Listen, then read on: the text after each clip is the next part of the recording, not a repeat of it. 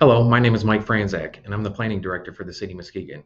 Right now, I'm going to be talking about the goals identified in the new master plan update for the Oakview neighborhood. Just a disclaimer that these plans are still in draft form and we are still seeking comments and public opinion. Here's a look at the different chapters you'll find in the new master plan update. And here's a look at the goals identified for the Oakview neighborhood, which I'll be going into in more depth in a moment. Just a reminder that all of these goals were identified through public participation.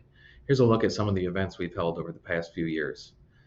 In 2019, we held a series of neighborhood association workshops, and in 2021, we held some neighborhood plan workshops.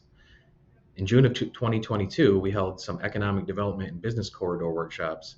In 2023, we will be holding neighborhood plan review workshops.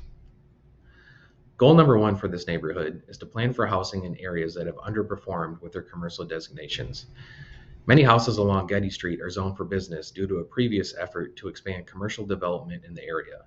This expansion never came and seems unlikely to happen today.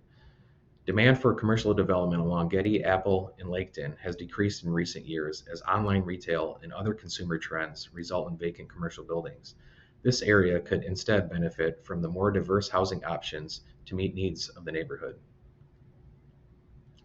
Goal number two is to create a neighborhood center at the intersection of Madison Street and Forest Avenue.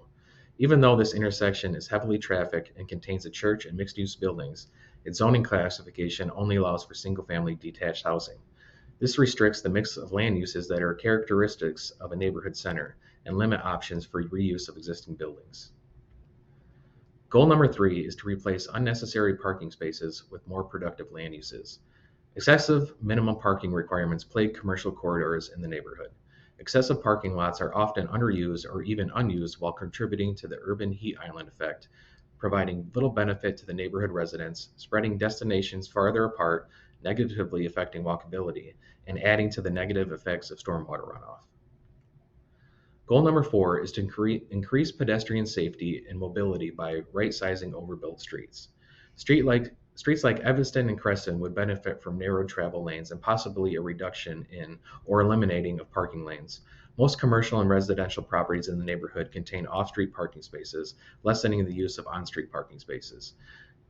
The unused on-street parking lanes often go unused, effectively creating wide driving lanes that encourage faster speeds. This additional pavement is still maintained in the form of snow removal, maintenance, and repaving, even though the extra space rarely serves its purpose.